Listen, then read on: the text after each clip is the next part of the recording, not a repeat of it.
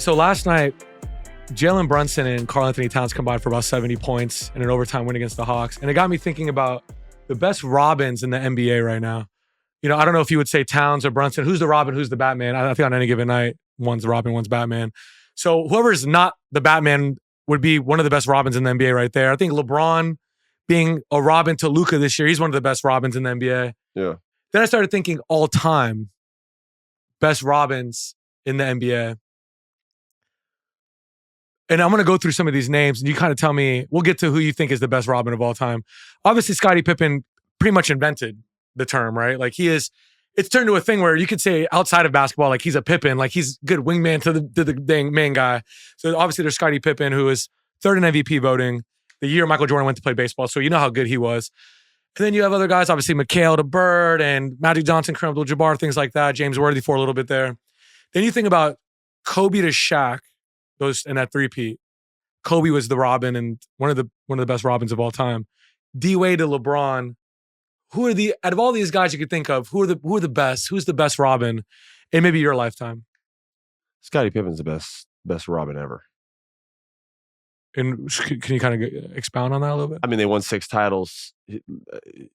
There's nothing else. They're 6 for 6. Yeah. He played with the greatest player. So you're more like the results guy, not like necessarily the guy's talent himself. Talent-wise, too. I guess talent-wise, you'd go Kobe, probably. Talent-wise, Kobe's the best Robin ever. You know, Pippen had a fraction of Kobe's skill level on offense. Let's just call it for what it is.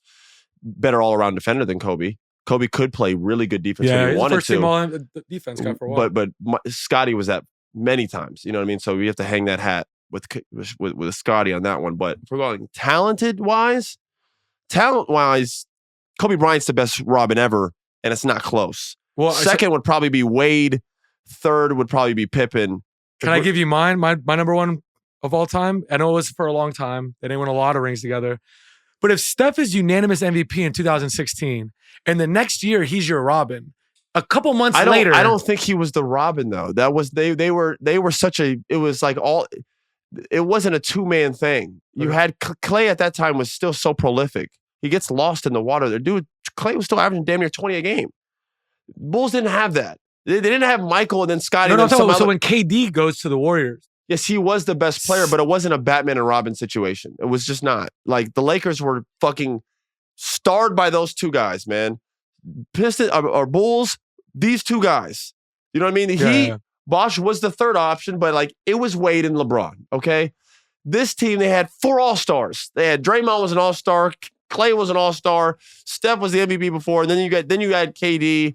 It didn't feel the same. So I guess, yes, you could still go Steph. If you really want to make that argument. It just didn't feel Batman and Robin like. No, they make a great point. It was more of a super team. It wasn't like two guys running the whole thing. I've never seen a team where the best player was this guy, but the system was based around Robin. Yeah. It was different. I don't even want to call him a Robin. I guess the best Robin and Batman, there needs to be clear cut. Yeah. And like LeBron and Dwayne Wade it was a clear cut. That was LeBron, even though it was Wade's team. Yeah, it was for LeBron's a while, team and they played LeBron's way. Yeah. You don't play any other way with LeBron on the floor. So that's just how it's going to be. Like, KD came in with a team that was already really working and like integrated himself in there. And he was the best player just due to his skill level.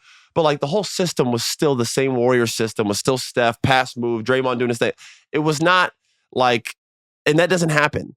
Like the Bulls weren't playing as Michael's the best player, but the system was around Scottie. Like that, it just doesn't happen. You know what I'm saying? So like, I don't like to call that situation a Batman Robin situation. Let's keep it Shaq, Kobe, Pippen, Jordan, Dwayne Wade, LeBron. And a tricky one if you want to go to like champions of our era.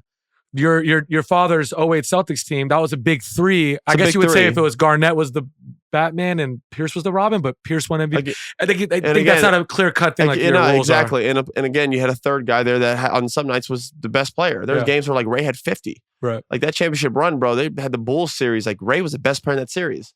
Just doesn't have no one else has a third player that could possibly be the best player. Like Scottie and Jordan never had that. You know what I mean? Like they didn't have a third guy that would lead them in scoring some nights during the playoffs. It just never happened.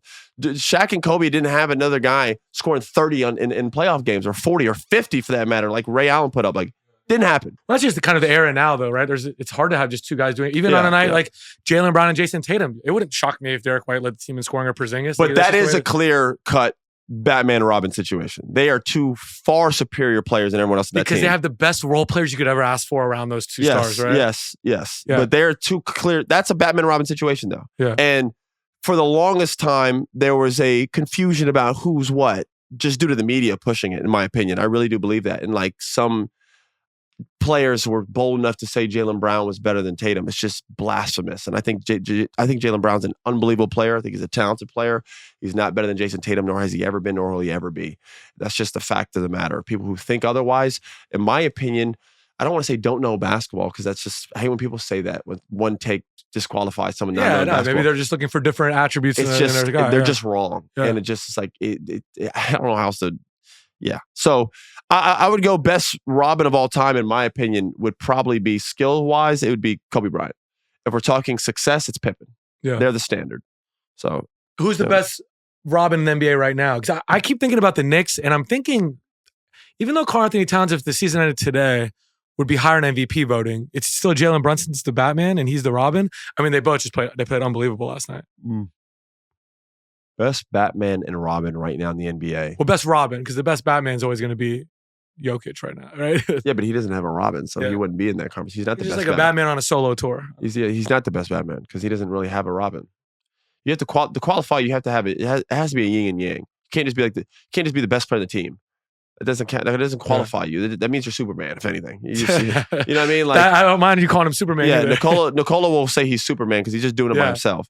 If we're going Batman Robin, it has to be like, you got Giannis, Dame, you got Jalen Brown, Tatum, you got thinking about teams with two All-Stars. So like Shea and Jalen Williams are Shea and Jalen Williams. Although again, that gets murky with Chet back. I don't know if it's just clear cut Jalen Williams, but okay. Best duo right now.